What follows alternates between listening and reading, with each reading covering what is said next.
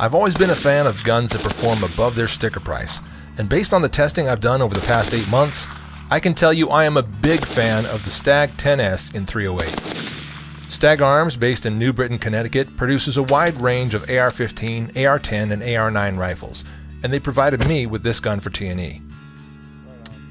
They deliver quality, reliability, and great customer service at reasonable prices, and the Stag 10 series is the perfect example of that. Built in both .308 and 6.5 Creedmoor, the Stag 10 comes in every configuration from light and tight to long and strong. There are also Bones versions available for customers who have very specific builds in mind. Stag Arms is known for being first to market with left-handed ARs, which few other manufacturers make even today. Their ready availability of rifles for southpaws reinforces their stated goal to provide all shooters with a superior quality rifle at competitive price points.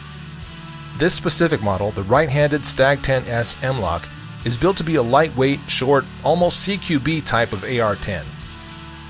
The 16-inch 4150 steel chrome-lined barrel is button-rifled with a 1-in-10 twist and outfitted with a VG6 Gamma 762 compensator, which makes it amazingly controllable. The 13.5-inch skeletonized M-Lock handguard allows you to attach what you need without excess weight, and the Magpul ACS stock is comfortable, quick to adjust, and very solid. The Hogue grip would not have been my first choice to put on the gun, but it has surprised me with its ergonomics and simplicity, and I wouldn't switch it out. As small as this gun is relative to other AR-10s, it lacks nothing in accuracy on paper and in moderately long-range shooting. I managed to get groups of around 1.25 to 1.5 inch at 100 yards using 168 grain match ammo. Not bad for a semi-auto rifle.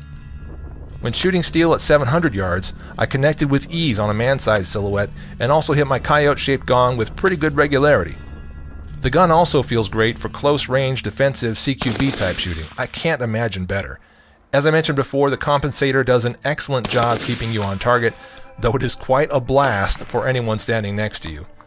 At 8.2 pounds naked and 35.25 inches collapsed, the rifle is very fast to snap up and move from one target to the next. A 1:4 optic would be great on this gun for moderately close shooting, but I mostly use my Nikon X1000 4-16x50, which is more of a long-range scope.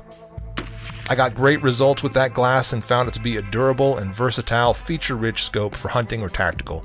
I'll cover that X1000 in more detail in a future review. The trigger is a mil-spec single-stage, nothing to write home about, but reliable and predictable with a non-adjustable 5 to 8 pound pull. The .308 buffer and spring are very standard, as is the nitride QPQ bolt carrier group. The upper and lower receivers are forged from 70-75 T6 aluminum and feature an Armalite-style slant cut at the rear. This supposedly reduces battle rattle, but also just looks cool. Another cool feature is the flared magwell on the lower, which makes for very slick, very easy reloads. Lastly, it's worth noting that the upper receiver has a tang height of .210. The upper also accepts the same bolt carrier groups, barrels, and barrel nut threads as the DPMS platform. The gun came with one 10-round PMag and a nice padded, lockable hard case. I should have tested the gun with a wide variety of AR-10 magazines, and I may do that over time, but up to this point I've only used Magpul PMags. The gun loves PMags, in either 10 or 25 round capacities, so I'll probably just keep using them in the future. The reliability on this Stag 10s is very good, and I'll tell you a couple things in a moment that may make you doubt that, but stick with me. Having seen some Franken AR-10s choke over and over in the past, at rifle classes and elsewhere, I've avoided the temptation to build my own AR-10 from scratch. I don't need that kind of headache. It's worth the extra few $100s to have a solid, reliable rifle that runs well right out of the box. This is a situation where I would much rather buy than build. Now, I said this rifle has been reliable, and it has, but not from the start. My first couple outings with it were tainted by failures to feed and eject.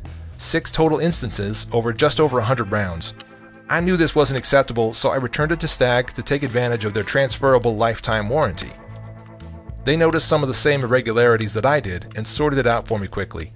The gun has been perfectly reliable through several hundred rounds of multiple types of ammo ever since. One more word on that. After handing this rifle to my friend's young son to try out, we saw it fail to cycle round after round. Yet in my hands and in the hands of my friend, it ran perfectly. After passing it back and forth and seeing this pattern repeat, we concluded that what we saw was a type of limp wristing. and that the gun just doesn't like lighter framed shooters. It needs a strong, heavy shoulder to lock into in order to run well. No surprise. One last word on that, the final test I ran on this gun was to put some 7.62x51 through it. I wasn't interested in accuracy at this point since I wouldn't shoot the stuff regularly. I just wanted to see if it would cycle. Shooting toolless steel-cased ammo, 147 grain, there was lots of fire and dirt, but no issues at all. Moving on to ZQI 147 grain, I noticed one failure to feed in just 10 rounds. As 7.62 is generally loaded to lower pressures than 308, I wasn't really surprised to see that. I don't consider this a failure of the gun so much as an example of what ammo not to use with it. The gun is tuned to run 308, plain and simple.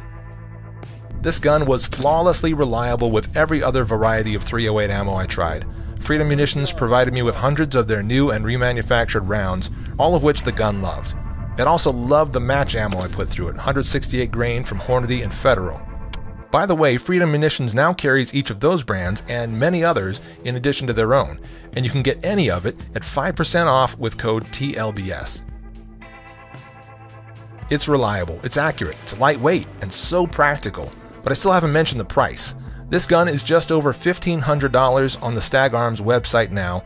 That compares very favorably against similar offerings from Midwest Industries, Smith & Wesson, and others, and beats the pants off of nearly identical guns by Daniel Defense, and I don't believe any of those come in left-handed versions.